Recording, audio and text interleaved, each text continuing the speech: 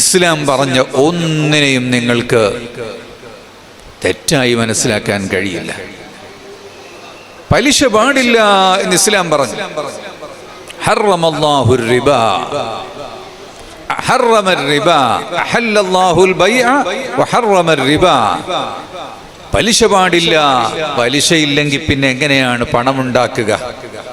ഒരാളുടെ കയ്യിൽ കുറെ പണമുണ്ട്, അയാൾക്കൊന്നും ചെയ്യാനില്ല, പിന്നെ എങ്ങനെ?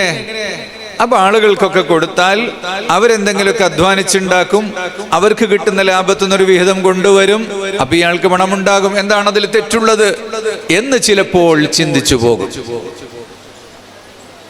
അപ്പൊ അവിടെ കൊണ്ടുവരുന്നതിന് തെറ്റില്ല. കടം കൊടുക്കാൻ ഇസ്ലാം പഠിപ്പിച്ചു. കടം കൊടുക്കുന്നതിന് വലിയ പോരിശയും പഠിപ്പിച്ചു. എന്നാൽ കടം വാങ്ങിയ ആളുകൾ അതുകൊണ്ട് ഉപകാരമെടുത്താൽ തിരിച്ചു കൊണ്ടുപോയി കൊടുക്കുമ്പോ കുറച്ചധികം കൊടുക്കൽ സുന്നത്താണ്. 1,00,000 കടം വാങ്ങി, എന്റെ ചില ആവശ്യങ്ങൾ പൂർത്തിയാക്കാനുണ്ടായിരുന്നു, അങ്ങനെ അതുകൊണ്ട് കച്ചവടമൊക്കെ ചെയ്ത് എനിക്ക് നല്ല ലാഭവും കിട്ടി. 1,00,000 എൻ്റെ കയ്യിൽ നിന്ന് 2,00,000 മാറി. ഞാൻ തിരിച്ചു കൊണ്ടുപോയി കൊടുക്കുമ്പോൾ വെറും 1,00,000 അല്ല, ഒരു 10,000 രൂപ കൂടെ അധികം കൊടുക്കുക, അത് സുന്നത്താണ്. എന്നാൽ ചിലപ്പോൾ കടം വാങ്ങിയത് മകളുടെ പ്രസവത്തിന് ആശുപത്രിയിൽ പോകാൻ വേണ്ടിയാകും. അവിടെ വലിയ ചെലവാണ്. ഒരു പ്രസവം എന്ന് പറഞ്ഞാൽ പോയാൽ തന്നെ 1,00,000 1,50,000 ഒക്കെ വരും. പാവപ്പെട്ടവന് വലിയ പ്രയാസാണ്. അപ്പൊ അത് കഴിഞ്ഞ് പിന്നെ ഇയാള് നിത്യക്കൂലിക്ക് ജോലി ചെയ്യുന്ന ആളാണ്. അങ്ങനെ അധ്വാനിച്ച് ഓരോ ദിവസവും കുറേശ്ശെ എടുത്തു വെച്ച് റെഡിയാക്കിയിട്ട് എങ്ങനെയോ കൊണ്ടുവരികയാ. വിയർത്തൊലിച്ച് 1,00,000 രൂപയുമായി 2, 3, 5, 6 മാസം കഴിഞ്ഞിട്ട് അയാൾ തിരിച്ചു വന്ന് 1,00,000 ഇങ്ങോട്ട് തരുമ്പോൾ 5,000 രൂപ എടുത്തിട്ട് തിരിച്ചു കൊടുക്കുക. ഇത് നിങ്ങൾ വെച്ചോളൂ. 1,00,000 കടം വാങ്ങിയവൻ ആ രൂപത്തിൽ തിരിച്ചങ്ങോട്ട് ചെയ്യണം. തിരിച്ചു കൊണ്ടുവരുമ്പോൾ അതിൽ നിന്ന് ഒഴിവാക്കി കൊടുക്കൽ അതും സുന്നത്താണ് ഇസ്ലാമിൽ. ഇത് രണ്ടും പലിശയല്ല. അപ്പോ വാങ്ങിയവൻ അധികം കൊടുക്കലും സുന്നത്താണ്, കൊടുത്തവൻ തിരിച്ചു വാങ്ങുമ്പോൾ അതിൽ നിന്ന് അല്പം കുറച്ചു കൊടുക്കലും സുന്നത്താണ്. ഇതെവിടെയാണ് ചെയ്യാ? പ്രയാസപ്പെട്ട് കൊണ്ടുവരുന്നവന് കുറച്ചധികം അങ്ങോട്ട് ഒഴിവാക്കി കൊടുക്കുക, നന്നായി ഉണ്ടാക്കിയവൻ തിരിച്ചു കൊടുക്കുമ്പോൾ നല്ലതും കൊടുക്കുക. ഇതാണ് കടം എന്ന് പറഞ്ഞത്. കടം എന്ന് പറഞ്ഞൊരു സംഗതി ലോകത്ത് ഇന്നുണ്ടോ? പലിശക്കടമാണുള്ളത്. അതുകൊണ്ട് ഇന്നതാ എത്ര ആളുകൾ മുസ്ലിം ആയതുകൊണ്ടാണ് അവര് ആത്മഹത്യ ചെയ്യാത്തത്. കാരണം അവർക്ക് ഈമാനുണ്ട്. അല്ലാത്തവർ കണ്ടില്ലേ, കർഷകന്മാര് ചെറിയ കടം വന്നാൽ അപ്പോഴേക്ക് കയറെടുത്ത് തൂങ്ങുകയാണ്, സൂയിസൈഡ് ചെയ്യുകയാണ്. ഈമാനില്ല. മുഅ്മിൻ ചിന്തിക്കുന്നത് അല്ലാഹുവാണ് എന്നെ പടച്ചത്, അവനാണ് എനിക്ക് ഭക്ഷണം തരുന്നത്, ജീവിതത്തിൽ പ്രയാസങ്ങളും ബുദ്ധിമുട്ടുകളൊക്കെ ഉണ്ടാകും, അത് ക്ഷമിക്കണം എന്നവൻ മനസ്സിലാക്കും. അപ്പൊ കടം കൊടുക്കൽ ഇസ്ലാം വലിയ പുണ്യമായി പഠിപ്പിച്ചു. അപ്പൊ ഇവിടെ പലിശ ഉണ്ടായാൽ എന്താണ് തകരാറ്? പലിശക്ക് ലാഭമുണ്ടായാൽ കൊണ്ടുകൊടുക്കുക എന്നതല്ല. ലാഭമുണ്ടായാലും ഇല്ലെങ്കിലും നിർബന്ധമായും മാസത്തിൽ ഇത്ര അടച്ചിരിക്കണം. സുബ്ഹാനല്ലാഹ്, ചില ആളുകൾ വരും, ഉസ്താദേ 10 ലക്ഷം റുപ്യ കടം വാങ്ങിയിരുന്നു, ഇപ്പോ ജപ്തി ചെയ്യാൻ വേണ്ടി വരുന്നുണ്ട്. എത്ര ബാങ്കിൽ അടക്കാനുണ്ട്? 13 ലക്ഷം അടക്കാനുണ്ട്. അപ്പൊ ഇതുവരെ ഒന്നും അടച്ചിട്ടില്ലേ? 12 ലക്ഷം അടച്ചിട്ടുണ്ട്. 12 ലക്ഷം അടച്ചിട്ടുണ്ട്, ഇനിയും 13 ലക്ഷം അടക്കാനുണ്ട്. വാങ്ങിയത് 10 ലക്ഷം. ഈ 10 ലക്ഷം വാങ്ങിയവൻ പലിശ അടച്ചടച്ച് കിട്ടുന്നൊക്കെ പലിശയിലേക്കാണ് പോയത്. കടത്തിലേക്ക് ഇപ്പോഴും മുതലിലേക്കൊന്നും പോയിട്ടില്ല.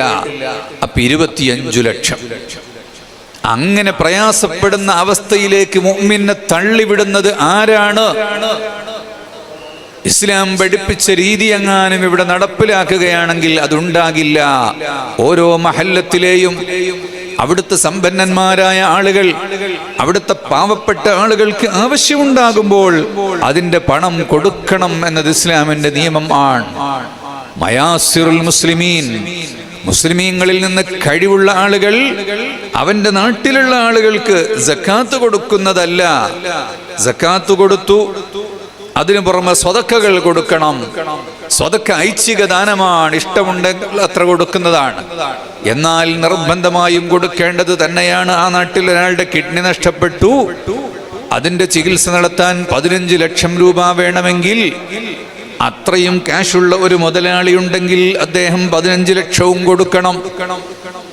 എന്നാ വേറെയും മുതലാളിമാരുണ്ടല്ലോ എന്ന് കരുതിയിട്ട് ഞാൻ കുറച്ചു കൊടുക്കാം എന്നല്ല. നിന്റെ അടുത്ത് വന്നാൽ നിനക്കു തന്നെ ആ ബാധ്യതയാണ്. വേറെ ആളുണ്ടോ എന്നത് നിന്നോട് ചോദ്യം ഇല്ല. അങ്ങനെയുള്ള സന്ദർഭങ്ങളിൽ എന്താണ് ചെയ്യേണ്ടത്?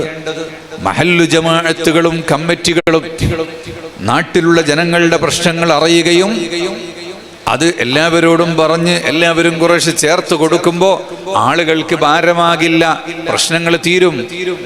മുസ്ലിം ലോകത്ത് തന്നെ ഉള്ള പ്രശ്നങ്ങൾക്ക് മുസ്ലിംകളായ സമ്പത്തുള്ള ആളുകൾ തന്നെ രംഗത്തു വരികയാണെങ്കിൽ 100% ഇന്ന് പരിഹാരമുണ്ടാകും. പലിശ നിരോധിച്ചു എന്നത് മോശമായി പോയി. പലിശ കൊണ്ടല്ലേ മറ്റവരൊക്കെ തടിച്ചു കൊടുക്കുന്നത്, വളരുന്നത് എന്നാരെങ്കിലും ചിന്തിച്ചിട്ടുണ്ടെങ്കിൽ നിങ്ങൾക്ക് കാണണമോ? പലിശാധിഷ്ഠിത സമ്പദ് വ്യവസ്ഥയുള്ള നാടുകൾ മുഴുവനും സാമ്പത്തികമായി ഞെരുക്കത്തിലേക്ക് അമരുകയാണ്.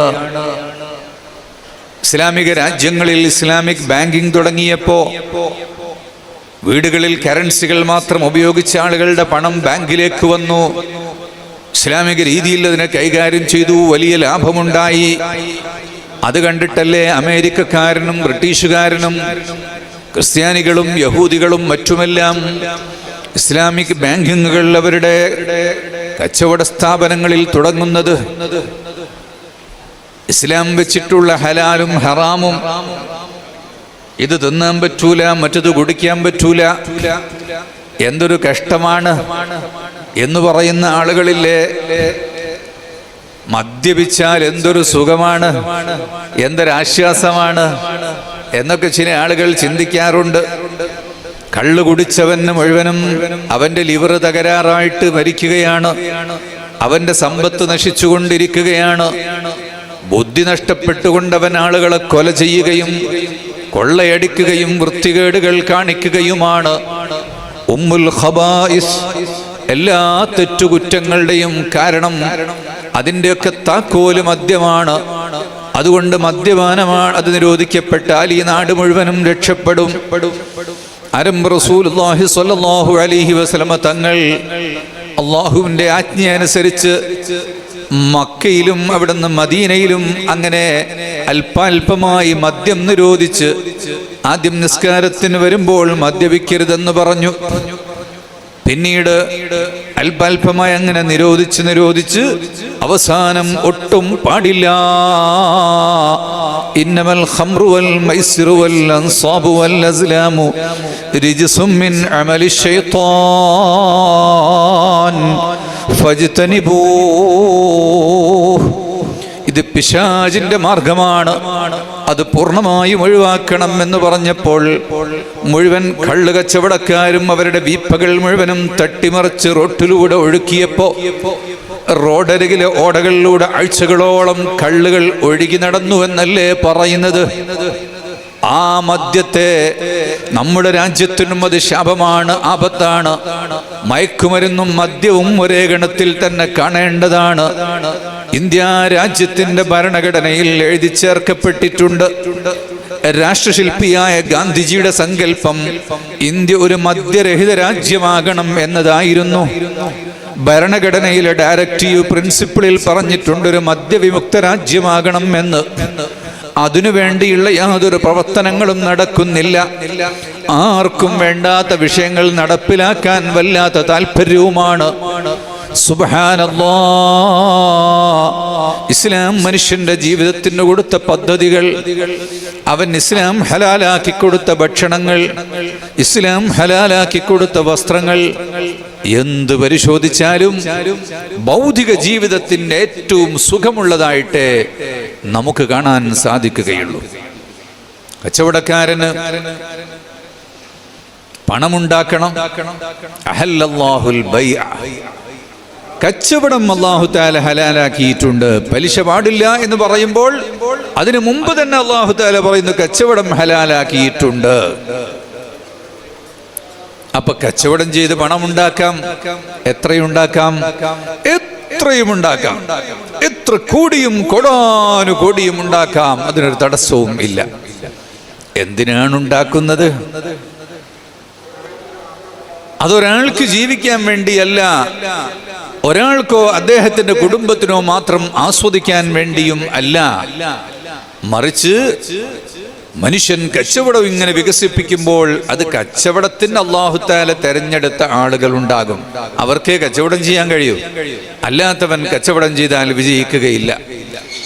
ചില ആളുകൾ കച്ചവടം ചെയ്ത് നല്ല ലാഭം ഉണ്ടാക്കുമ്പോൾ എനിക്ക് തോന്നും, അത് തുടങ്ങിയപ്പോൾ നല്ല ലാഭം ഉണ്ടാവും, ഞാൻ തുടങ്ങിയാൽ അത് പൊളിഞ്ഞു പോകും. കൃഷി ചെയ്യുന്ന ആളുകൾക്ക് കൃഷി ചെയ്യാൻ പറ്റുള്ളൂ. ഓരോന്നിനും അതിൻ്റെതായ ആളുകളുണ്ട്.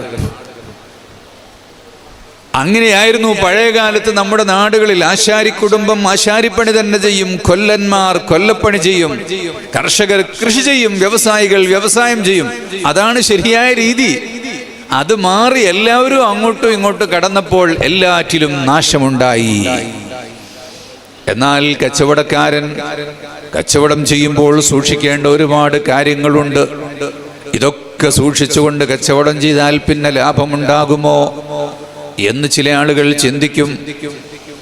എന്നാൽ യഥാർത്ഥത്തിൽ ഇസ്ലാം പറഞ്ഞ അതേ രീതിയിൽ കച്ചവടം ചെയ്യുന്നവന് അതിലൂടെ ലാഭമുണ്ടാക്കാൻ കഴിയുകയും തനിക്ക് ജീവിക്കാനും തൻ്റെ കുടുംബത്തിനും അതിലൂടെ നാട്ടുകാർക്കും മസ്ജിദിനും മദ്രസയ്ക്കും മറ്റെല്ലാ പ്രവർത്തനങ്ങൾക്കും എല്ലാറ്റിനും സഹായിക്കാൻ വേണ്ടി സാധിക്കും.